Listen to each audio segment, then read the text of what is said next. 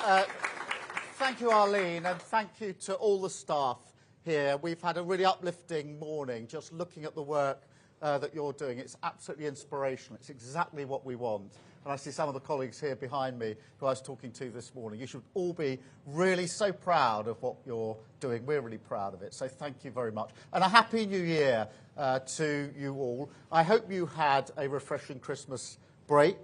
I do recognise and realise that for many people in the NHS, the words Christmas and break don't very often actually go very well together. So before I say anything else, can I just say to all of you, and through you to all your colleagues who work in the NHS, thank you. Thank you to your service to our country and for the countless lives that you save and change every single day. A massive thank you to you.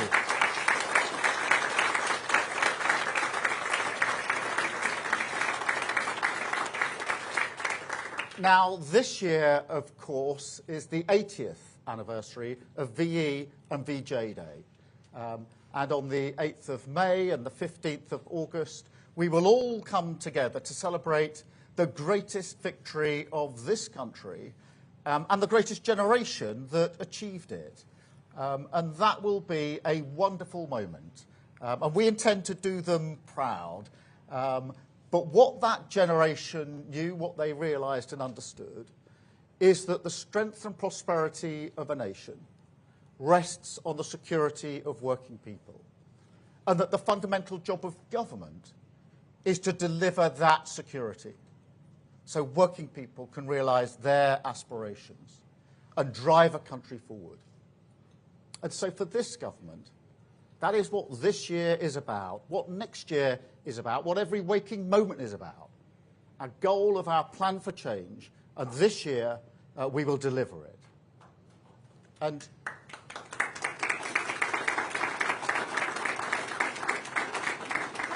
and let me tell you, there's no institution more important for the security of our country than the National Health Service, built by that generation 8 decades ago now. It's the embodiment of British values and humanity, fairness, equal respect. But look at it now, and I'm looking at the staff here, because the feeling of record dissatisfaction that we now see, millions of people waiting on waiting lists, their lives on hold, the potential, if you like, of the country blocked. So 2025 is about rebuilding Britain, and rebuilding our NHS is the cornerstone of that. And that's why I wanted to come here to make this speech this morning. We will, of course, protect the principles we all cherish and that you all work to every day. Care free at the point of use, treatment according to need. Key principles. But to catapult the service into the future, we need an NHS that is reformed from top to bottom. Millions of extra appointments, signed, sealed and delivered with the plan that we are launching here today. National renewal in action. You know, people have long said we couldn't do this. I'm sure they said that to you as well. This sort of wallowing in a fatalism about the potential of this country, the change that we can deliver for working people. Well, this plan that we're launching today is a comprehensive rebuttal of that mindset. An NHS that treats patients more quickly, that is closer to their lives, gives them the level of convenience that they take for granted in nearly every other service they use every day.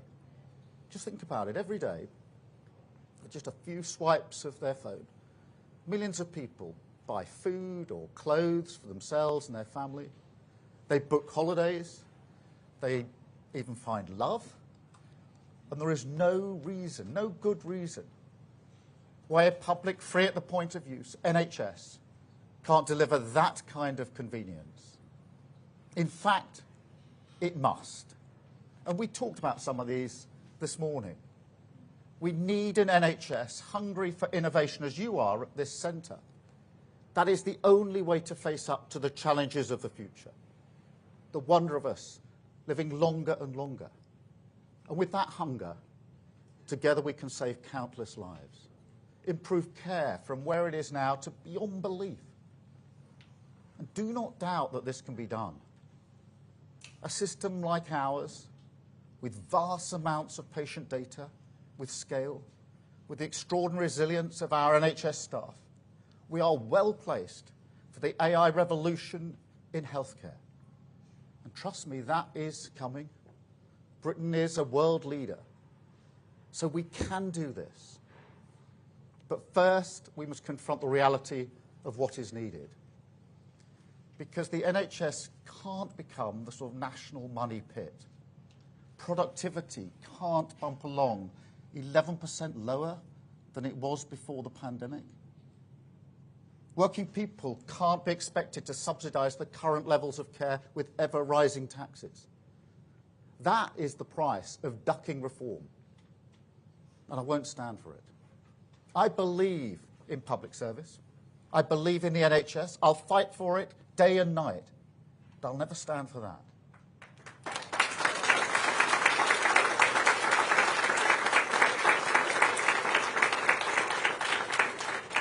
And look, as many of you will know, and as we talked about this morning, my wife, my sister, my mum, they all work for the NHS. And as you know, nobody who works in the NHS does it for an easy life.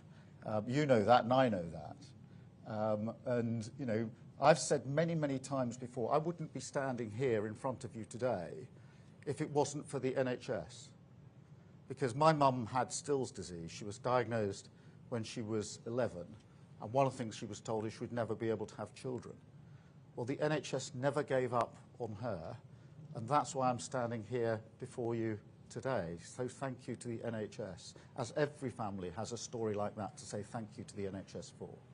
And I know that every day in this centre, in every hospital, throughout the service, NHS staff give their all to save lives and look after the families of other people. And then just get up the next day and do it all over again, every single day. So when I think about what they've been through, what you've been through over the last 14 years, it makes me angry. I'm angry that you're working harder and harder, yet the system just isn't delivering the results that we need for patients or for staff.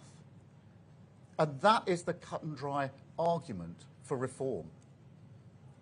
And it's not just about money.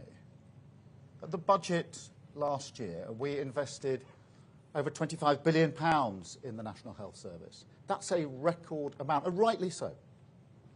And we put in over £1.8 billion since July on cutting waiting times alone.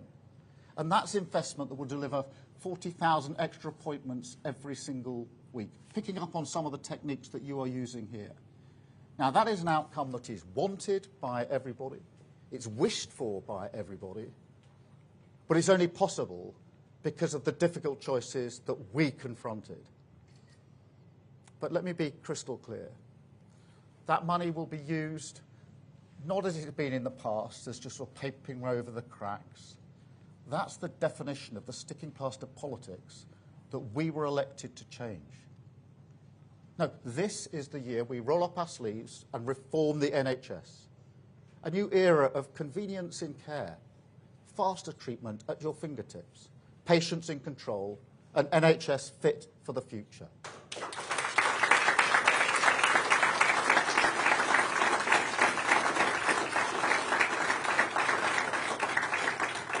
It's not just about giving patients greater flexibility over appointments, although that's really important, and you're doing that here, as I saw this morning, or leveraging the power of the NHS app. And we're going to do that. But there's a bigger principle here. It's about unlocking the huge untapped potential if we organise services around patient control. And you can see this really clearly in Martha's rule, which was really important. It's about a shift in the balance of power away from the sort of passive deference to doctors and towards patients being able to get that second opinion and play a greater role in deciding their care and their treatment. And the early results of Martha's Rule are in. Lives of some of the sickest patients in our care transformed, extended and saved. And so it's a rule that's now being recognised as potentially groundbreaking in its innovation. So look, across the NHS, we will put patients in control of their care. And to meet that demand, we will also move care closer to their lives, shift treatment away from hospitals and centres and deliver more care at their GPs, in their community and in their homes. And you gave me some brilliant examples of what a difference that makes, shifting care towards people's communities and their homes this morning when we're walking through what you do right here. Because as you know, that will make a massive difference to waiting times. If we can get more GPs consulting immediately with specialists, diagnosing even more quickly, then we'll avoid an extra 800,000 unnecessary referrals and appointments every single year. Another game changer, community diagnostic centres. We will open them, more of them, and it'll be 7 days a week, 12 hours a day.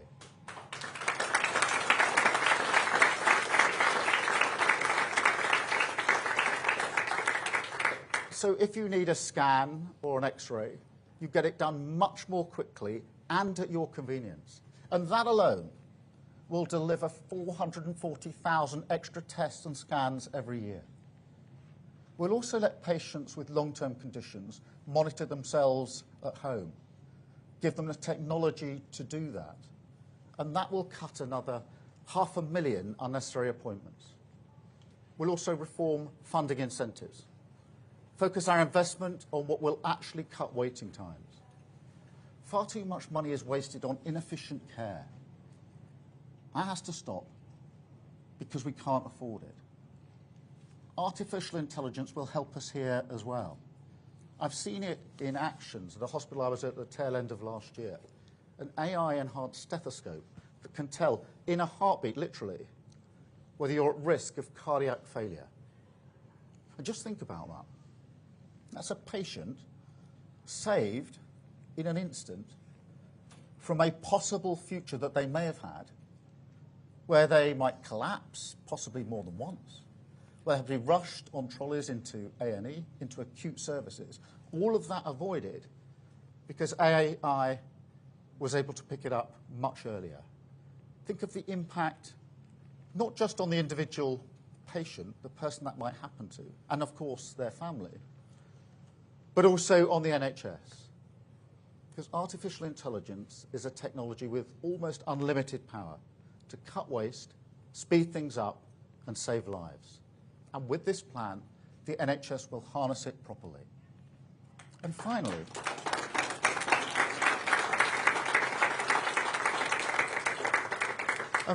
to cut waiting times as dramatically as possible, our approach must be totally unburdened by dogma. Working people will expect nothing less. So today, I welcome a new agreement that will expand the relationship between the NHS and the private healthcare sector, make the spaces, the facilities and resources of private hospitals more readily available to the NHS.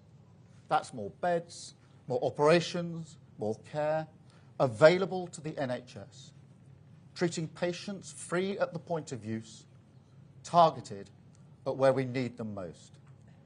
A partnership in the national interest, cutting waiting times, working for you, delivering our plan for change.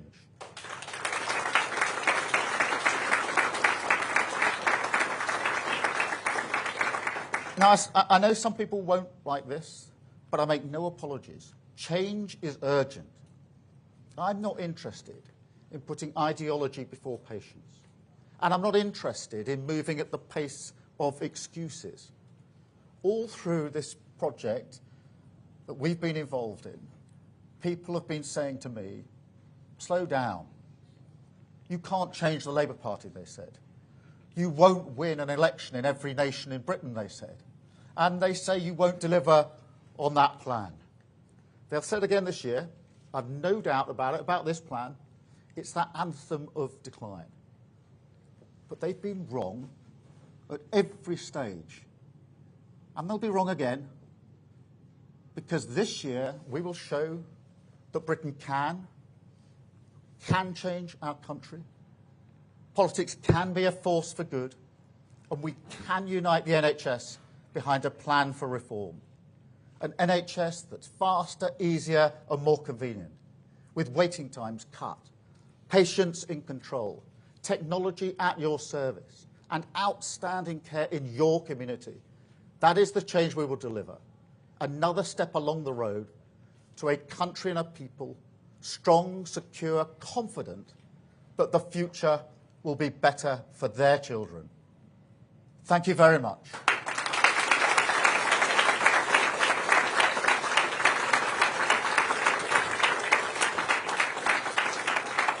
Do you have a pen? Now, I am going to spend some time talking to all of you. That's what I'm going to do almost next. But before I do that, I'm just going to take some questions from the media. So if you'll forgive me, we'll deal with that, and then we'll spend more time talking through the brilliant work that you're doing here. But let me turn then to the media, if I may. I've got Hugh Pym, I think, from the BBC. Hugh. Thank you very much, Prime Minister. In opposition, Labour said it would hit more than one NHS target over the course of a parliament. Now you are focusing on one planned treatment. Where does that leave A&E? Is it being downplayed? And a second part to my question, if I may, do you have any reaction, Prime Minister, to a post by Elon Musk this morning suggesting that America should liberate Britain from a tyrannical government? Let me deal with the health crunch, because it's really important. Look, we have got to get these waiting lists down. And we made a manifesto commitment to do so.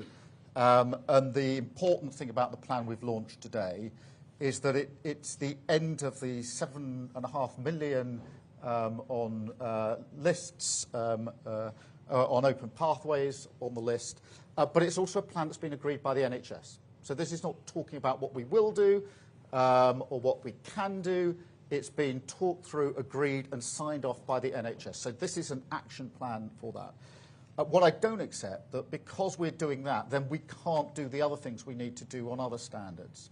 And I will never accept that prioritising waiting lists must come at the expense of the other things that the NHS must do, whether it's A&E, whether it's cancer and heart cases as well. So, you know, we can walk and chew gum here, and we're going to do that. The fact that we've got a plan in action today does not mean we're not going to do the other things. We will, of course, be publishing our 10-year plan for the NHS in due course. But thank you very much in relation to that. I don't really have any comment on the particular comment that was made this morning by Musk. Thank you. Can I come to you, Beth, please? Thank you, Prime Minister. You just spoke, it's Beth Rigby, Sky News. You just spoke about private care going into the NHS. Some people watching might be worried about backdoor privatisation of the NHS. You talked about it being a partnership. Is this then a project that you will continue until you have cleared the backlog, or is this perhaps a permanent innovation? And on Elon Musk, I do need to ask you this. He called your safeguarding minister, Jess Phillips, an evil witch, a rape genocide apologist who should be put in jail. Does that sort of abuse of a minister make you feel angry? And what is your response to that? Thank you. Thank you, Beth. Let me address both of those. Firstly, look, an element of private sector support for the NHS has been there for a very, very long time. This is not new. And clearly we need to make best use of it. The agreement that we've signed today is to make sure we can do it better, so that it's not just the sort of cherry picking of cases. It's a more comprehensive use, which will allow us to get the waiting lists down. Of course, the priority today is waiting lists, but I'm not ideological about this. Where there's capacity that can be used that will help us deliver in the NHS, then we will continue with that partnership. On the question of Elon Musk, look, I think most people are more interested in what's going to happen to the NHS, frankly, than what's happening on Twitter. But you asked me a really important question that's been in the news for the last few days. I am going to, with permission, just answer it quite fully, because it is a really important set of issues. And let me start with this. Child sexual exploitation is utterly sickening, utterly sickening. And for many, many years, too many victims have been completely let down by perverse ideas about community relations, or by the idea that institutions must be protected above all else. And they've not been listened to, and they've not been heard. And when I was chief prosecutor for 5 years, I tackled that head on, because I could see what was happening. And that's why I reopened cases that had been closed and supposedly finished. I brought the first major prosecution of an Asian grooming gang. In the particular case, it was in Rochdale, but it was the first of its kind. There were many that then followed that format. I changed the whole prosecution approach because I wanted to challenge, and did challenge, the myths and stereotypes that were stopping those victims being heard. So we changed the entire approach, not without criticism at the time, I might add.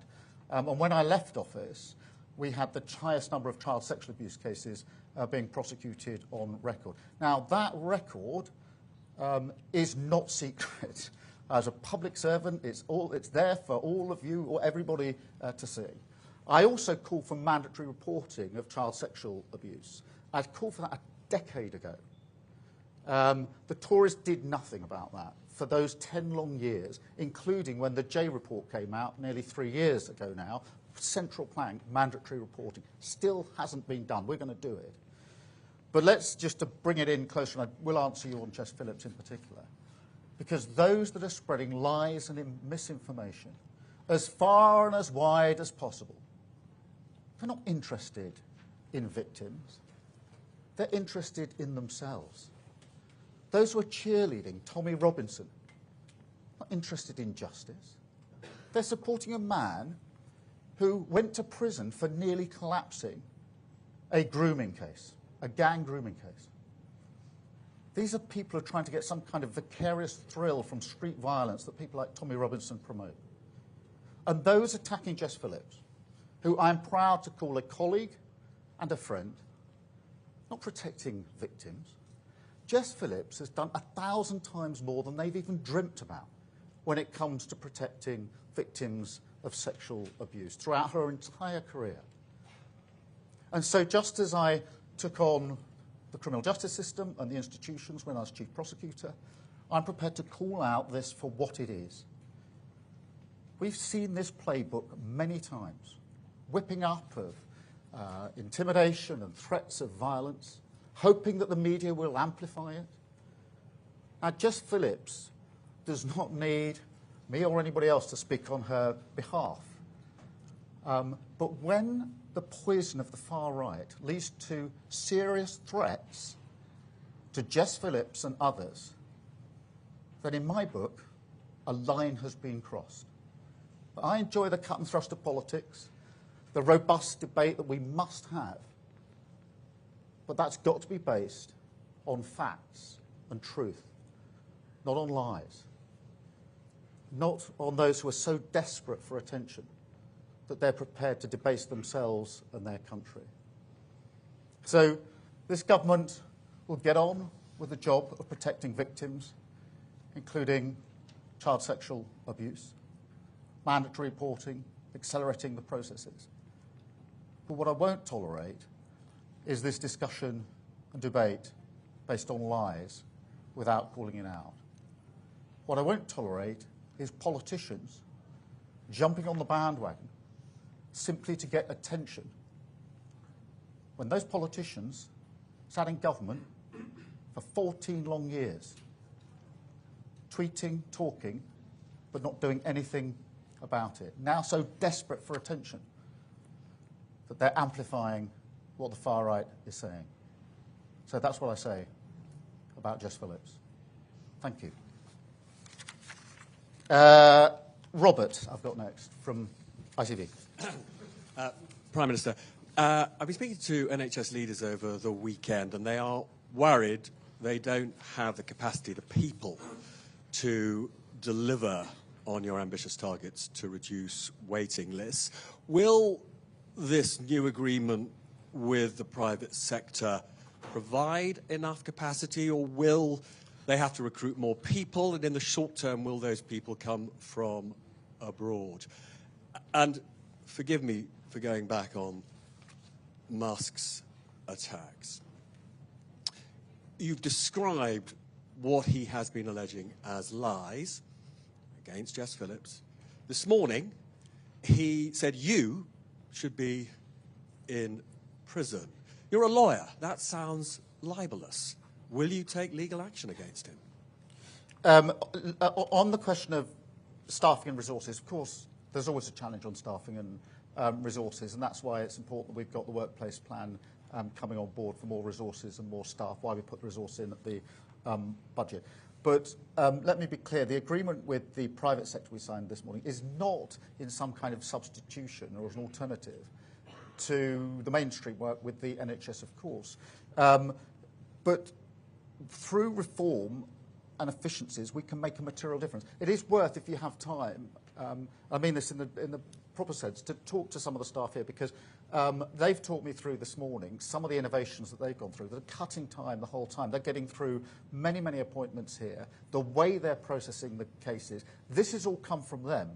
We asked them how these innovations come about, and they said it's our thinking about how we can improve the process. They're constantly doing that. So I don't sort of accept the basic argument that's put to me that you can only work at the pace we're working now, you'll never get more out of the staff and resources we've got. Actually, the staff here and in many, many other places across the country are very willing to look at ways of improving and changing the way they do things. And, of course, technology comes on top of that. Look, in relation to, I mean, I've said quite a lot about the various lies and misinformation that are put out there.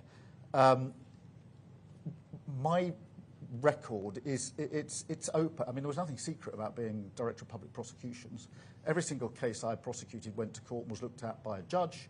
I had an independent inspectorate, had access to every single file of every case any time he or she wanted, and I was overseen by the Attorney General, which for 3 of the 5 years was a Tory Attorney General.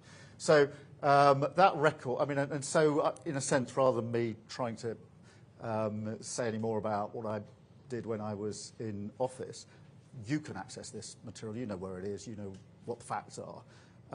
But it is an important point that's more, the reason I've emphasised this today is because it's more, this isn't about whether I defend myself or my record, frankly. That record is there, you can see it, you can make your own mind up. It is something about the nature of our politics. Because once we lose the anchor that truth matters, in the robust debate we must have, then we're on a very slippery slope. And when politicians, and I mean politicians, who sat in government for many years, are casual about honesty, decency, truth, and the rule of law, calling for inquiries because they want to jump on a bandwagon of the far right, then that affects politics, because a robust debate can only be based on the true facts. And that's why this is actually an important point about our politics, not about what anybody may or may not say on Twitter. That actually isn't the main issue. The main issue is, what are politicians here doing to stand up for the things that matter to our democracy and the way that we have robust debate?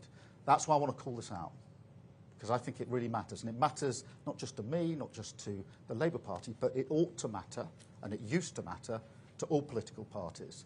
And it's a sign of where the Tory party have got to, that we're even having this debate. Thank you very much, Robert. Can I go to, I've got Chris Hope. Chris Hope, GB News. I'm afraid I must ask also about the grooming gang scandal. Critics will say it's not a far-right bandwagon issue, Prime Minister. The ICSA report looked at just 6 towns where grooming gangs were operating. Rochdale got 1 mention in 400 pages. We have found at GB News court report showing gangs operating in 50 towns across the country. Are you certain, as Prime Minister, it's not going on today? Why don't you order a national public inquiry to join the dots between 50 towns, not 6, barely mentioned in the J report? Are you afraid it might expose failings as your role as a DPP? And that's why Elon Musk says, were you complicit in the rape of Britain? You have not, to go after the far right on this does not go to the heart of the problem. No. Look, Chris, look, on my record, I think you were actually covering crime when I was DPP. You were quizzing me at the time for the Telegraph as the crime correspondent, I think for the entire 5 years, if I'm right. And quite rightly too, I'm not complaining in the slightest. But you looked at my record for 5 years with me as I was doing the job, facing your questions. You've got access to all of the materials. So, in a sense, you can look at it. I've set out what I did. I actually changed the system because I could see some of the things that were going wrong. I wasn't prepared. Unlike some Tory politicians, I'm not tweeting about it or talking about it. I got on with changing it. In relation to the serious point you do make, because this is the victims here suffered terrible abuse, unthinkable, unspeakable, genuinely sickening abuse, and then they weren't listened to. That has to be taken seriously. We have to do everything we possibly can to make sure that never happens again. That's why I made the changes I did within criminal justice. Among the reasons I came into politics was because I felt that it couldn't all be done within the criminal justice sphere alone. It had to be done more broadly. On the question of this sort of call for an ever-increasing number of reviews, there have been a lot of reviews, including localised reviews. Including into Oldham, for example. The Mayor of Manchester did his review, and the J report was intended to look at the different types of exploitation that went on. It was a comprehensive review. What Professor J said was really important there, and because I completely agree, which is this doesn't need more consultation. It doesn't need more research. It just needs action. There have been many, many reviews, this constant asking for a further review. No stone should be left unturned. But frankly, it's time for action. Get on with it. Why didn't the last government implement the J requirements? You've got to answer that question. For 10 years we've had reviews and reports. Did they act? No. They're now tweeting and talking about what they think should have been done. I've got some pretty basic questions to answer in relation to that. In my view. Thank you very much, Chris. Let me go back to Kate from Times Radio. Thank you, Prime Minister. Kate McCann at Times Radio.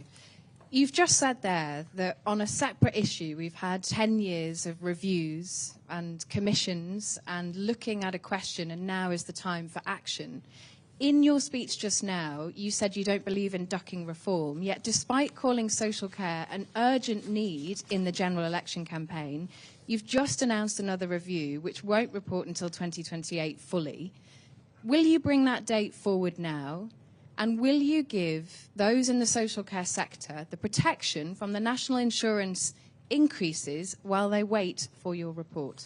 Well, I mean, firstly, thank you for raising this, because social care is such an important issue in its own right, and obviously it's also linked to the question of what happens in our hospitals, because it's got a huge impact, and we've got to get it right, which is why we put Louise Casey in charge of this. He's renowned for getting to the bottom of things, coming out with really good, strong recommendations.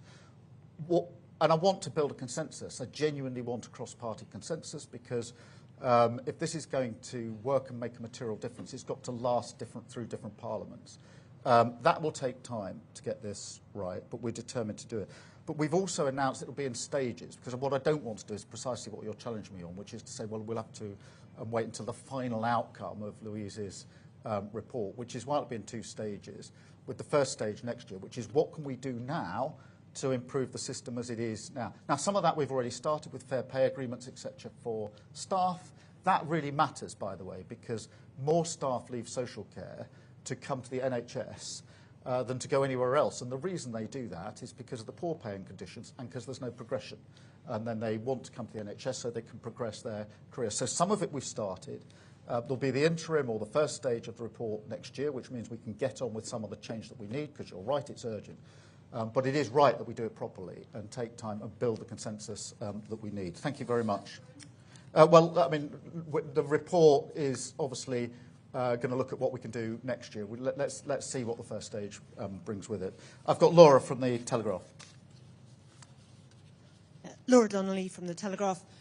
Prime Minister, you've talked about reforming the NHS from top to bottom, But a number of the policies that you've outlined, the surgical hubs, the community diagnostic centres, and the expansion of use of the private sector, are familiar because they were introduced under the last government. I wanted to ask, what will be radical and reforming about the plan? And also, can you enlarge on what the New Deal with the private sector is and what you think the chances of avoiding a winter crisis this time next year? Yeah, well, let me take that head on. I mean, the first and obvious difference is the staff are now on the front line, not the picket line. And therefore, they're in the operating theatres getting on with the job that they want to do. That was an impasse we had for far too long under the last government. When it comes to things like diagnostic centres, we want to go further and faster, so have more of them and have them operating, as I set out a moment ago, 7 days a week, 12 hours a day, making much more use of technology and AI.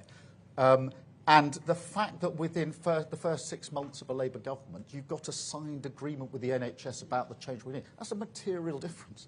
That's what you get by working together with partners to deliver in the national interest. I'm not here saying to the NHS, you must do this, please respond. I'm here saying, look, we've worked on this for 6 months, now it's signed, it's agreed, it's signed off, we're going to do this. So that is a material change in the whole way that we've come about reform, etc. On the private sector, we can give you more details afterwards, but the broad issue is really to make sure that the capacity we're able to use for the private sector is more comprehensive, is in areas which aren't necessarily usually covered by these agreements, which sometimes can be, the sort of easiest operations, if you like, put through the private sector. We want to broaden that to make better use of the capacity that is there. But we can provide you with more details of that, of the actual agreement afterwards. Thank you very much, Laura. Well, we're working at pace on this. We inherited a pretty broken NHS. I think if any of us, or if you across the country ask people, they would say we love the NHS. They've got brilliant staff, and they're absolutely right about that. But people know that it was broken by the last government, so we're working at pace to mend that. There will be pressures this year, of course there will. But the point of the 10-year plan, the point of the reform, the point of taking some of the pressure off through waiting lists is to make sure we can manage that crisis through this winter and alleviate as we go forward. But we inherited, as with so many other areas, we inherited a real mess from the last government. Thank you. I've got Max from the Times. Thank you, Prime Minister. You say the sort of language Elon Musk uses matters to democracy here and has a serious negative impact on it. Musk is in a couple of weeks' time going to be a senior member of the US administration led by Donald Trump. So are you taking this as direct attack from his administration, and will you ask Trump to tone it down? I'm actually making a more general point. I'm not going to individualise this to Elon Musk or anybody else. I'm making more because actually I'm very concerned about where the Tory party is going on this in this country, because they are not. I think only a few months ago it would have been unthinkable for things to have been said about Jess Phillips that were said recently, without all political parties and the leader of the opposition calling it out in terms. I genuinely believe that. I don't think it was that long ago that you would have all expected that reaction. You'd have all been challenging the leader of the opposition. Will you denounce this? This isn't fair, because it's put a member of Parliament, my member of Parliament, at risk. That's not good. That's why I say a line's been crossed. So this isn't about America or Musk. I'm talking about our politics. I'm talking about the responsibility that our politicians have in calling this out for what it is and distancing themselves and condemning it. Because if you're not prepared to stand up as a Tory MP and denounce what's been said about Jess Phillips, who's now had threats made to her, then you need to seriously consider why you're in politics in the first place, in my view. I've got Jack from The Sun. Thank you, Prime Minister. Jack Elson from The Sun. You correctly identified that the J inquiry looked at the wider issue of child sexual abuse. But by refusing to hold a national inquiry that zeroes in on these rape gangs, can we take it that you are then satisfied that there are no more failings of wider states that need to come to light? Well, I don't think we should leave any stone unturned, but I think we know what the basic failings were. The reason I brought the first mass prosecution for an Asian grooming gang is precisely because I could see that these warped ideas about community relations were possibly having an impact. Because I could precisely see that the myths and stereotypes about the victims were preventing some of the most vulnerable in our society from the protection they needed. And that's why we took that. That action was taken over a decade ago. Yes, of course, you're right to challenge and say, well, couldn't there be something else? But the basic problem here is pretty well known. It was pretty obvious. That's why I did what I did in the Crown Prosecution Service, because I could see what the problem was. And so there's always this sort of suggestion, let's have another review. I think Professor Jay, I mean, she did look at this for a very long time. You could sense a slight impatience on her behalf, which is say, look, just get on with the things that have already... There were, 20-something recommendations in the Jay report. None of them have been fully implemented yet. None of them were fully implemented by the last government. So for the Leader of the Opposition now to call for a further inquiry, but she didn't even implement the 20 recommendations of the Jay report, which is about as comprehensive as you could get, then I think that shows that perhaps where just the, trying to get noticed is becoming more important than the issue itself. So I don't duck your challenge, but I do genuinely say, for those that are really concerned of protecting these victims, and I really am, it's time to get on with it.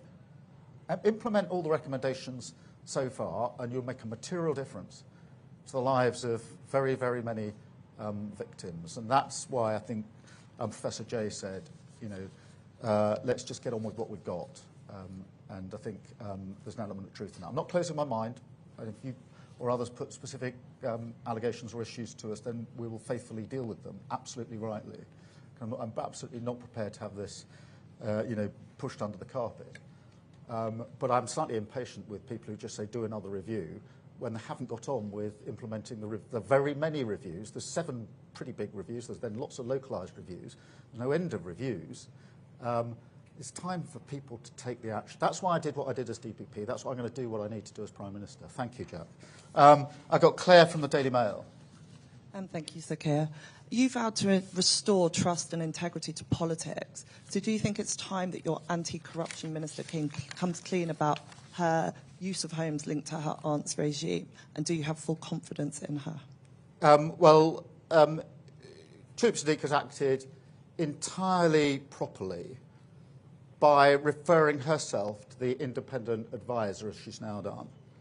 And that's why we brought into being the new code. It's to allow ministers to ask the advisor to establish the facts. And yes, I've got confidence in her, and that's the process that will now be happening. Thank you very much. I've got Sophie from the Mirror. Hi, Sophie Huskisson from the Daily Mirror. So you said about NHS staff being on the front line, not the picket line, but some unions have indicated that they could go on strike again this year after your government recommended a 2.8% pay rise for health workers. Are you worried this could put your plans and targets at risk? And a second quick one, if I may. We've heard horror story after horror story of cosmetic surgeries going wrong, not only abroad, but also here at home. Are you concerned about this, and will you commit to looking at the Mirror's campaign demands to take action here in the UK? Look, on the question of pay, the first thing I would gently point out, particularly to the staff here, is we honoured the pay agreement last year, and quite rightly so, and I'm proud that we did that. So where we stand on proper pay for frontline NHS staff is clear from our record. Obviously, we'll have to go through the process for pay review. It's the usual process. But we will work with the unions, we'll work with the staff. The only reason we're able to hold up the agreement we've got today is because we've worked with the NHS on this, on what we can achieve together, and it's that approach that we'll take. On the cosmetic, I think you're running a campaign on this, and it is a really important issue, and I know Wes Streeting, the Health Secretary, is looking at this, because clearly we need to look at what more can be done in some of those cases. So thank you for highlighting that. Thank you all very much, and now I'll do as I promised and get to speak to all the rest of you. Thank you very much. Thank you.